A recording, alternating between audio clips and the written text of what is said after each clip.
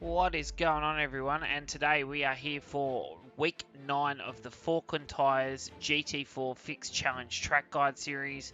This week we're at Circuit Zandvoort in the Mercedes AMG GT4, and obviously iRacing has newly released this in the last build, so it's an updated scanned version of what the current F1 cars are running around there.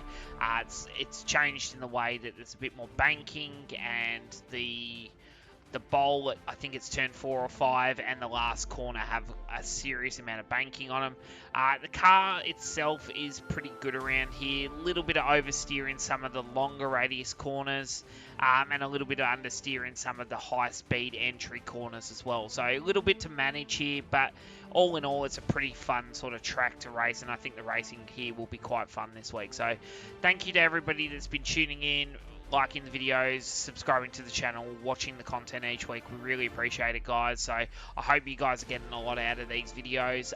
Also, if you want to be able to compare your lap time over my data, make sure you click the link below for the Garage 61, and you'll be able to actually go and overlay your data over my lap and be able to compare to see where you're losing time and where you're gaining time and that sort of stuff as well. But make sure that you change your privacy settings for that team so that you can only view your data, and you hide your setups and stuff. I don't want people sharing setups. It's more just to help each other with driving technique in this group of coaching stuff. So hopefully that helps you guys. Apart from that, let's get into week 9 at Circuit Zandvoort.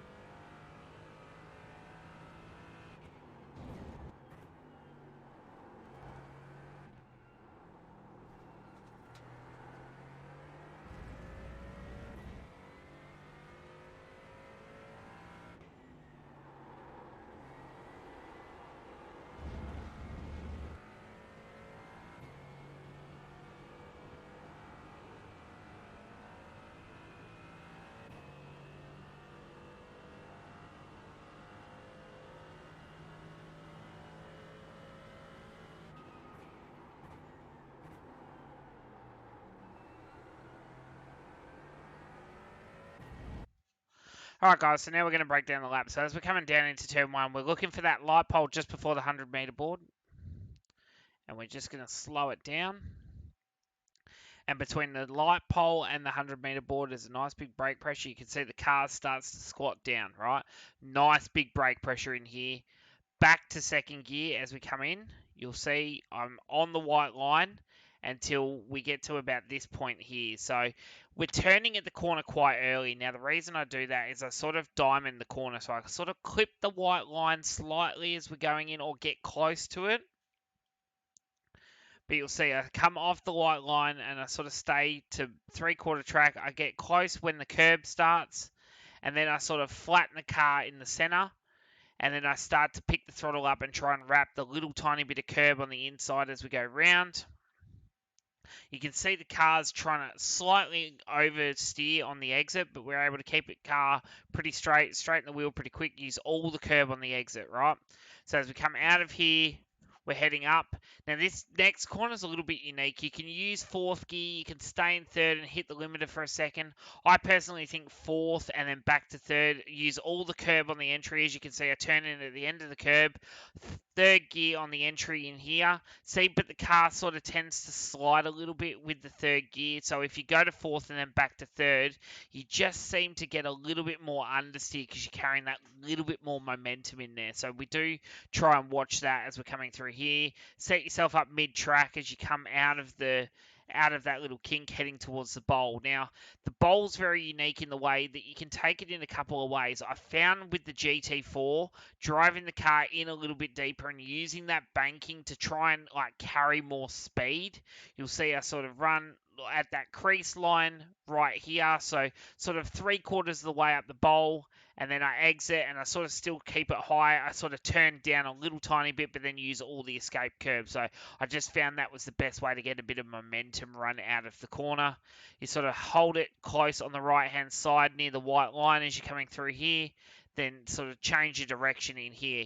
This next section up here is probably the most challenging for this car because you do get quite a little bit of understeer on entry, and then the car tends to want to oversteer mid-corner. So coming through here, I brake just before the escape road, so right at this point here. As you can see, the car's just starting to like squat down in the front of the car.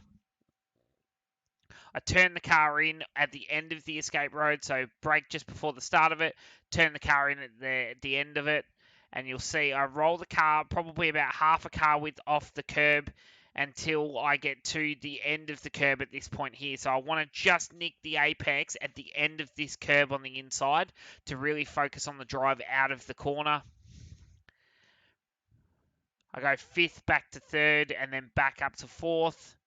I use all the curb, stay as far to the left-hand side as possible. Down one gear, shift the car in early, flow the car through. Third gear through here. Now this one's a little bit challenging, so you'll see I'm just braking now.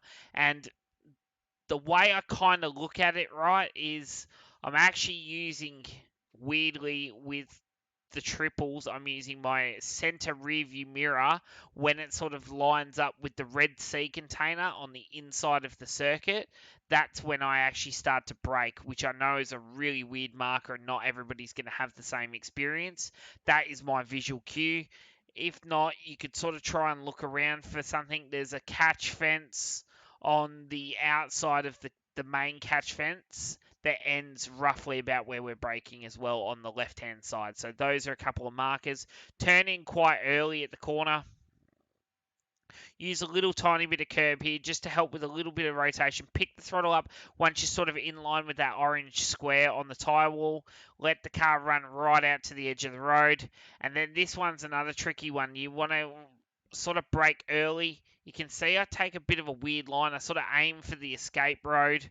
I come in and then I start to turn the car at the corner once I get to the escape road. Let the car rotate around. You've got to be patient here. You want to make sure you clip the apex just about at the end of the green tyre walls on the right-hand side of the circuit. So you want to nick it probably about one logo before. Let the car square up on the exit. Use all the escape curb. Let it run right out to the edge of the track. Start to pick the throttle up, square it up, and punch it down to the next section. Running it down here, get up to fourth gear, and then you're spotting the braking zone. So I use the 100-meter board as my first reference, and you'll see I brake just as we get to the curb. So nice big brake pressure here. Back 2 gears to second gear. So big pressure, turn in at the end of the curb on the left-hand side there. You'll see I start to turn the curb.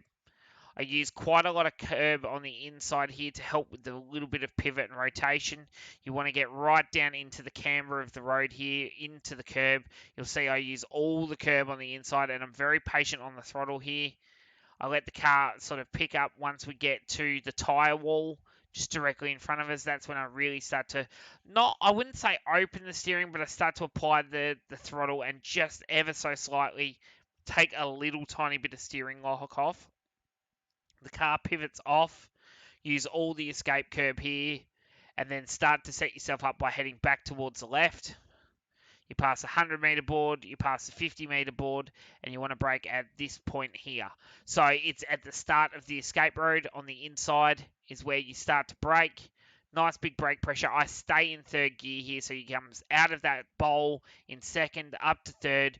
Brake, big brake pressure, turn the car in third, and then pick that throttle up nice and early, as you'll see here. I turn the car in at the start of the curb. I get up on the curb at sort of 3/4 of the way through. I actually use that tree on the hill as a bit of a sort of a reference point that once I get the car on the curb in line with the tree, then I start to pick the throttle up, as you'll see. Car slides out. I probably use a little bit too much curb here. You probably want to be about a foot further in. I sort of ran it a little bit wide and probably lost about half a tenth to a tenth on the run down to the start-finish line by just taking a little bit too much curb. But you can see here you use a lot, and then you start to run it. You turn in sort of at the first part of the curb where it disappears, so you got like a double layer, and then it goes to a single. So you turn in nice and early here. You get right down into the white line. Let the car wrap around the corner, on the curb, off the curb, and then you slowly, from that point, once you clip the end of the curb, start to open the steering, let the car track right out over the crest, stay as close to the left-hand side on the white line as possible, run it down to the start-finish line, and there you go, guys. That is your walkthrough track guide of the GT4 Mercedes at Circuit Zandvoort for week 9 of the Falken Tyres GT4 Fixed Challenge series. I hope this has helped you. Good luck for your week of racing, and we will see you next week for week 10. Catch you later, guys.